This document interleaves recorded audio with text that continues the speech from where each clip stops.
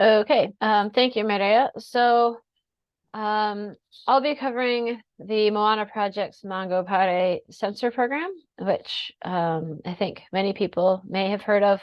But the real goal here to keep in mind is data availability, and that we hope that you will have use for this data and be looking to access it. So I'm going to cover some background about the Moana Project, about how the sensor program came about, and then about the data availability. So, but just keep in mind that yes, it is more or less available in different forms, and that we're looking for users to have a look. Yeah, and so thank you, Maria, for the introduction and also for the invite to talk about this at this seminar. And Maria and Joao have also done a lot of work involved in this program along with the rest of the Te Tiro Moana team. Okay, so first, some background on the Moana Project. The Moana Project was a 5-year endeavor funded project by the Ministry of Business and Innovation and Employment. So the project is wrapping up at the end of March. Most of the work streams have wrapped up, but the sensor program was a component of that. So if you want more information on the project, the website is there. Really briefly, there are 4 main research themes on the Moana Project. So that includes the ocean modeling component, hydrodynamic ocean models, that Joao leads, the connectivity component led by Jonathan Gardner and now Andrew Jeffs, the cross-cultural and Mataranga Maori component led by Maui Hudson, and then Te Tiro Moana, which is the ocean observing component led by myself. And throughout most of this, our project manager was Melina Felsing, who has since moved on as the project wrapped up. So it has about 65 researchers. It's a nationwide program. But what I'll be focusing on is Te Tiro Moana, which translates to eyes on the ocean. So there's different parts of Te Tiro Moana. But what this presentation is going to be about is the Mangōpare Sensor Program. So the idea was to combine the idea of an Internet of Things sensor network with a nation of oceanographers to achieve smart and sustained nationwide ocean observing as efficiently as we can. And so that meant developing a new sensor called the Mangōpare sensor. It measures temperature and pressure. And it was developed together with our technology partner, Zebratech, led by John Radford, shown there in the middle.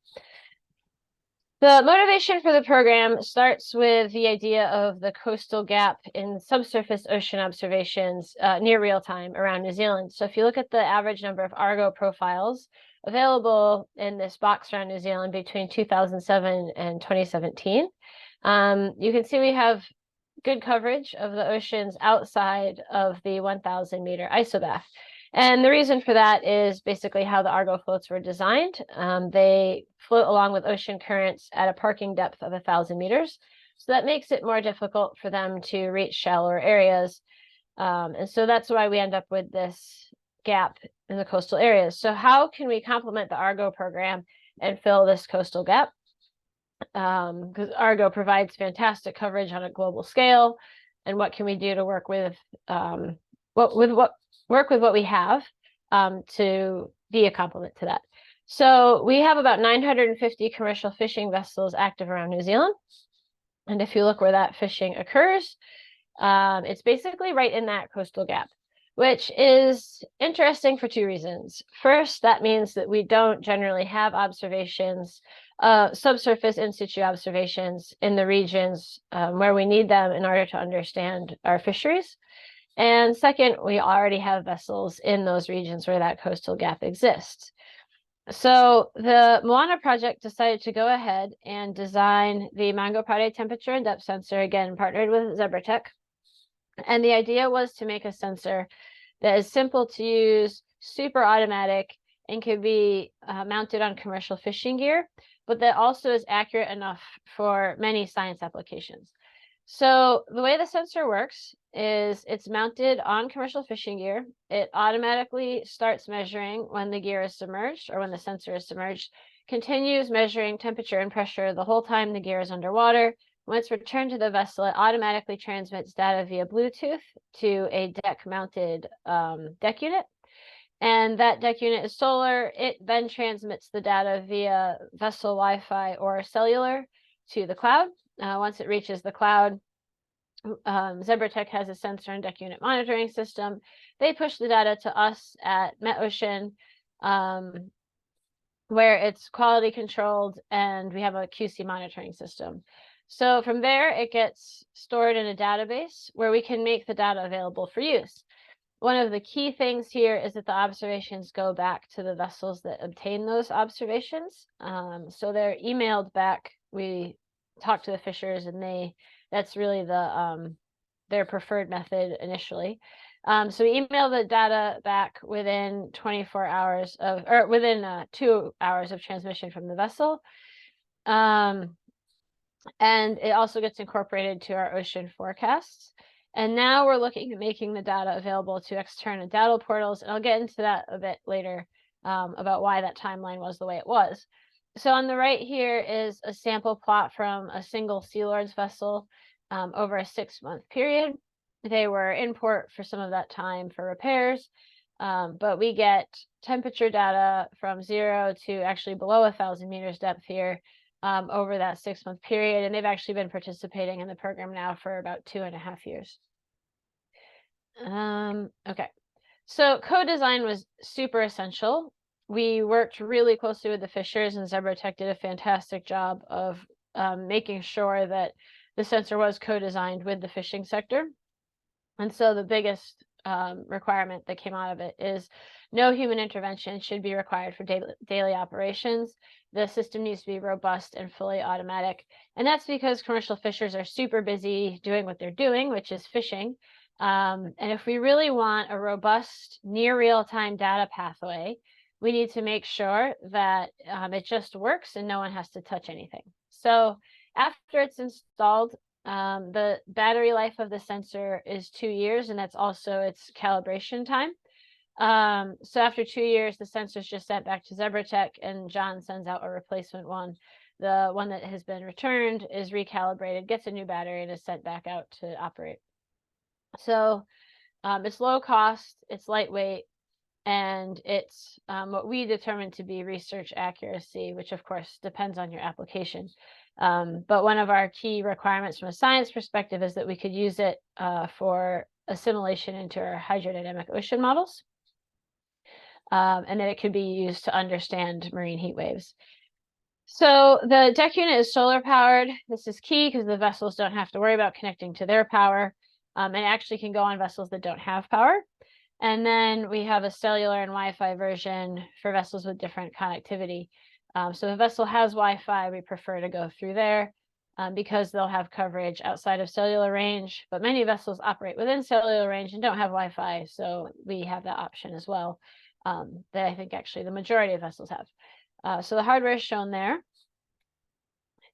In terms of the rollout, so the first prototypes were put in the water in June 2020.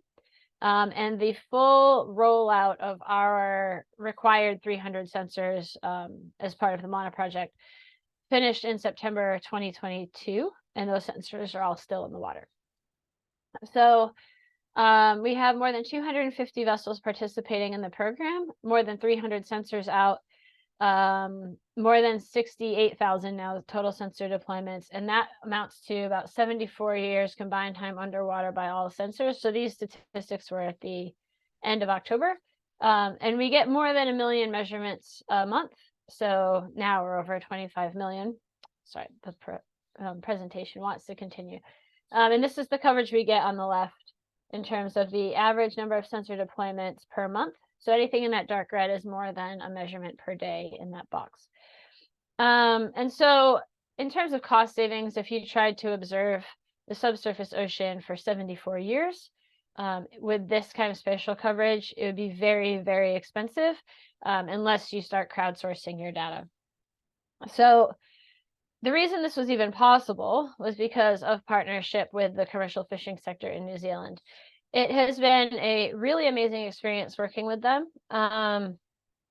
These are some of the groups we've partnershiped with: the sector representative entities, Deepwater Group, Fisheries Inshore New Zealand, Southern Inshore Fisheries, NZ Rock Lobster Power Industry Council.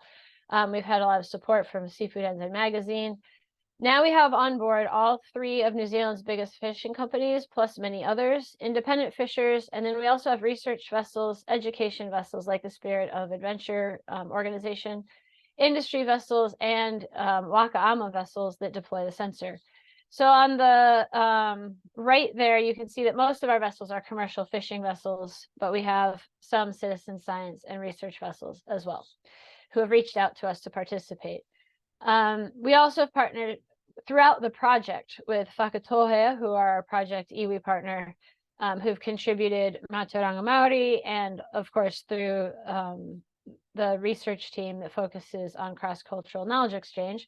But they've also provided a lot of guidance in terms of this program, including the name of the sensor. So Mangōpare means hammerhead shark, and it was a name given to us by Danny Peruru and Whakatohea. And it's named that because hammerhead sharks have really good sensing capabilities.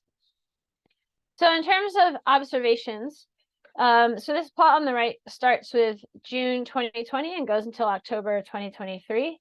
The blue bars are the number of Argo measurements in that box around New Zealand. Of course, this isn't intended to really directly compare Argo and Mangōpare because it would depend on the box that you're using. Anything with more coastal observations will have more Mangōpare. But so what we're trying to show here is that the number of Mangōpare observations in our coastal areas has just gone up throughout that that rollout period. And then once we hit September 2022, we've had the sensors be continually deployed with some variability during the fishing seasons and just seasons in general.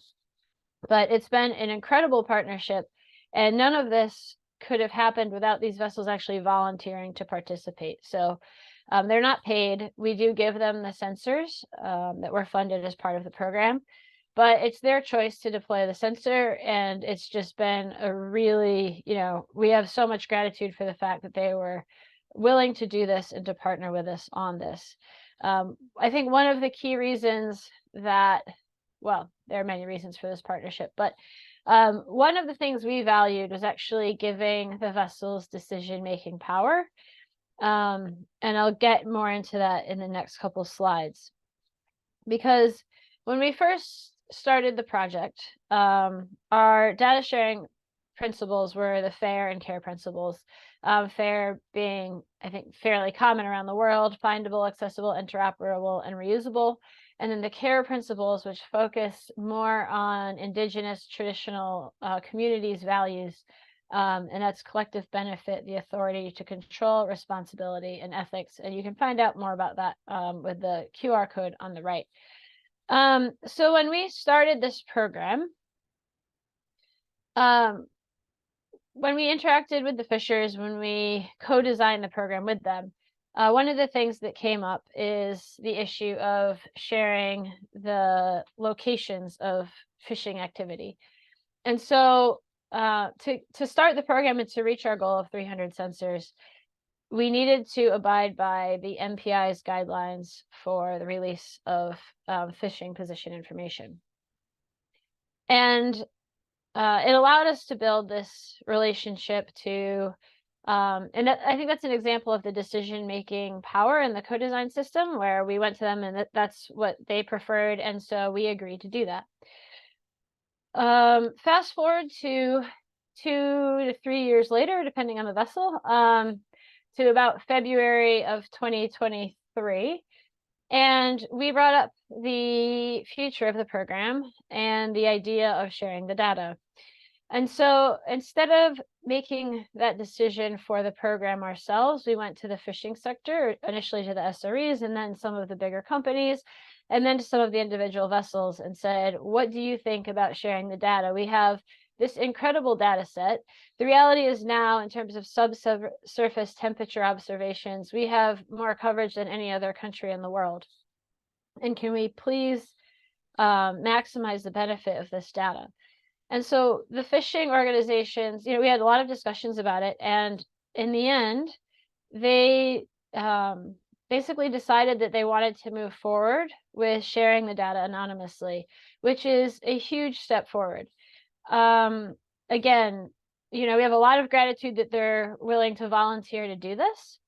And so previously we had a legal agreement signed saying that we couldn't share the data publicly.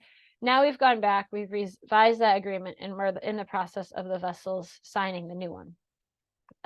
So we've had many, many vessels sign on to that. We're still following up with some others. And so that means that now we can make this data available anonymously for users in New Zealand and throughout the rest of the world. And we're super excited about that. And we're going to start doing it, and we'd love to have your feedback and to work with users of the data in New Zealand to make sure that it's available in ways that work for everybody, or as many people as possible anyway. And so what is that going to look like? This is our plan so far. Green are things that are happening. So in this circle diagram over here, we're focusing on the observations database and the external data portals. Mostly the external data portals. So we have our observations database for the data are stored, and for a while now, they've been assimilated into the hydrodynamic models as part of the Moana Project. And now we've started working with OSSE, who are a national organization associated with WMO, the World Meteorological Organization, that looks to connect ocean observing programs around the world and map and provide them so that they're more accessible for people. So OceanObs works with the main ocean observing systems globally. And we're part of an organization called the Fishing Vessel Ocean Observing Network, a new organization chaired by Cooper Van Franken out of the United States. And we're the first example of a nationwide version of this type of observing program. So OceanObs is now supporting FFON, that organization, and they are really excited about it. So what we do is we provide our metadata to them, and we've done this with some test vessels now. They'll provide back a WIGOS ID that goes into our database and is associated with each sensor, essentially. And that means that we can use that to share the data on the global telecommunication system here in Orange, and it will go through the OceanObs system. So these parts in green are happening. We now have, well, I'll get to the thread server in a bit, but the GTS piece isn't quite deployed, but we're really close. And it's just a matter of time. So the technological pieces, the logistical pieces are all in place. We just have to get it to hit go. And so when it comes to, and I guess I should say, when it comes to sharing the data publicly, that is any vessel that signed the new agreement from when they've signed it. So it'll be all new near real-time data, and there's vessels that have signed back in September.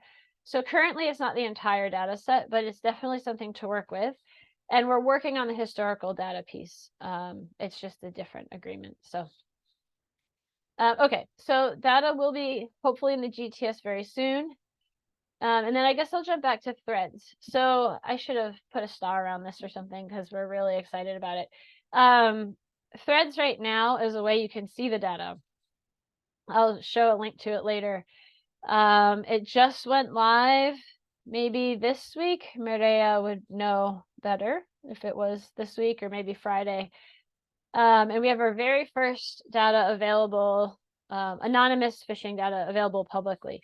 So one thing to note in terms of people that are doing fishery science is our measurements are not all fishing vessels. So please keep that in mind when you're looking at the data. If you see some measurements in a marine protected area, it could just as easily be somebody doing conservation research. So it's good to keep that in mind. And also, if you're trying to correlate with a vessel, the ID information won't be there. So just, and we can talk about that if you have a specific need. But the data is there. We have temperature profiles from all over New Zealand. I think we have maybe about 1,500 files up there. Maybe I'm wrong, but hopefully that's true. And they're being added to every 2 hours in near real time from now until July, likely, hopefully much longer than that, pending the future of the program. So we have this thread server, the SUSMAP folks, who provide a portal to access observational oceanographic data throughout the Southern Ocean, which includes New Zealand and their boundary, are very keen to get this in there. So now that the threads link is live, we'll, I've already emailed it to them. Hopefully the data will be in the SUSMAP portal very soon as well. We have some other portals down here that are key. So fish, but these ones are in blue because they're going to take a little bit more time than the next month or two. But FishServe is very keen to get this data in the portal to make it more accessible to fishers. So for those of you who are not in commercial fishing, FishServe is where vessels can go back and look at all of their catch data. And they've been supportive since the beginning of this project. So we're waiting to get the data in there, hopefully next year. The NZODN as well, the New Zealand Ocean Data Network, has historical oceanographic data. So that's something else we would love to get data in there. It's just a matter of resources and time, mostly on our end. And then any additional portals that you folks or others might think are useful that you would prefer to see the data in, we'd be happy to hear that information and try to make that happen. So it's a really exciting time. We've spent, 3 years now developing this program, and we really want the data to be out there for people to be able to use for all kinds of different applications. So threads access, how can you actually go see it? Via this QR code is the short answer, and this URL down here. So this is very beta. We just put it live, and whoever decides to use it will be the very first users. So please send us feedback. And we are willing to hear, any feedback and incorporate it as we can. So there's a lot of metadata in the NetCDF files that are there. Things like, acknowledgements and where you can find more about the quality control process. These are quality control data that are available. They're on a GitHub repository, the data that's used to process it. It's temperature and pressure profiles from around the country, and actually outside of the country as well. We're looking at getting a DOI for it, and the threads subsetting feature is still in progress. So right now it's just that the files are there. We're working out the last details of getting it registered so that you can subset through threads. And again, these are updated about every 2 hours in near real time. And for people who might be keen to use the data, on the right, I showed some samples of what the data can look like. So this is depth on the vertical axis and time in minutes on the horizontal, with temperature and color. And this is really just to show that there's all kinds of things that can come out of commercial fishing and research and citizen science deployments of the sensor. This one in the middle is actually students commuting to school via a boat. They did this every day for an entire year and got a really interesting annual cycle. But we have some that look kind of like traditional profiles and others that don't. So it will be a really interesting data set to look through, and hopefully it will have lots of different uses for different people. So please take a look. Oh, Joao sent the better link. Sorry, I meant to update that. Thank you, Joao.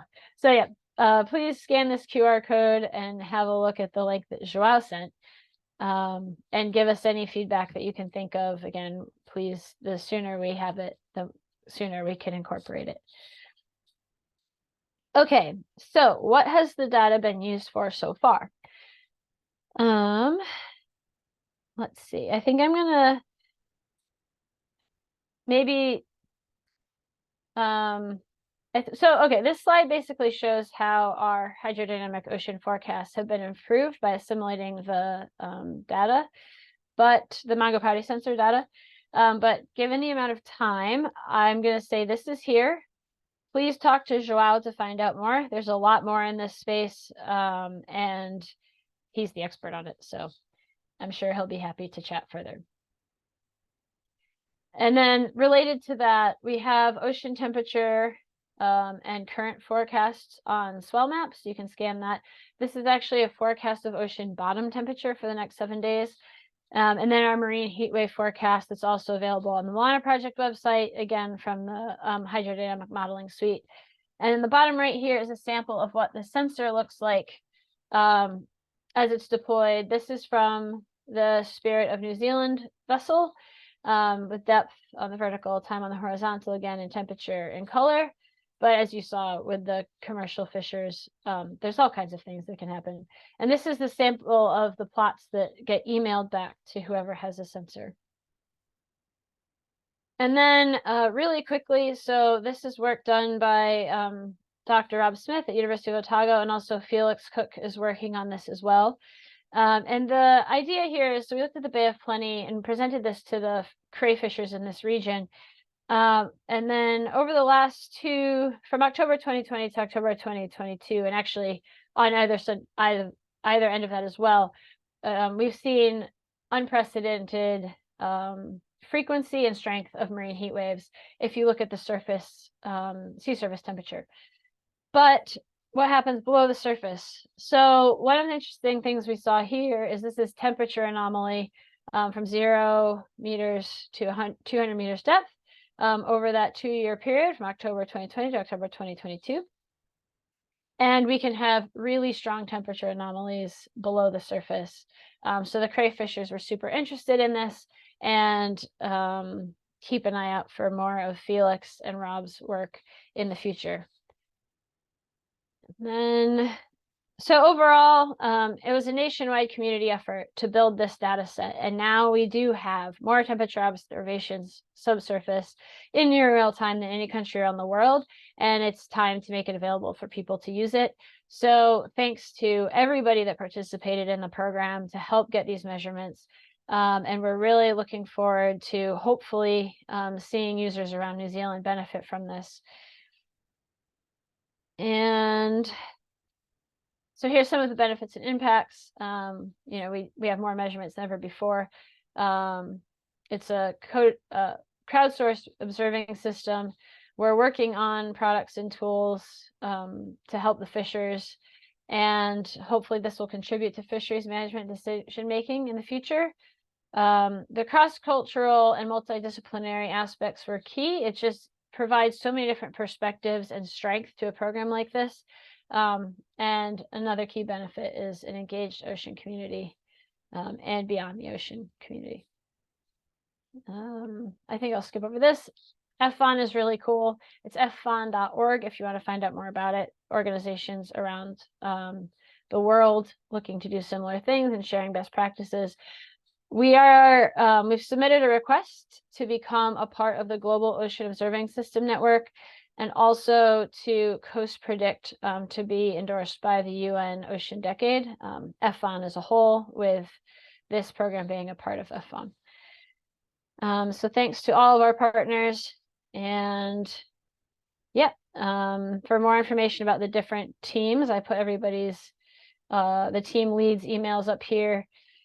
And if anyone has any questions about the data, please don't hesitate to ask. Like I said, it's all the new near real-time data, and we're working on historical data, which would be fantastic to get out to you all as soon as we can. So thank you very much. And any questions?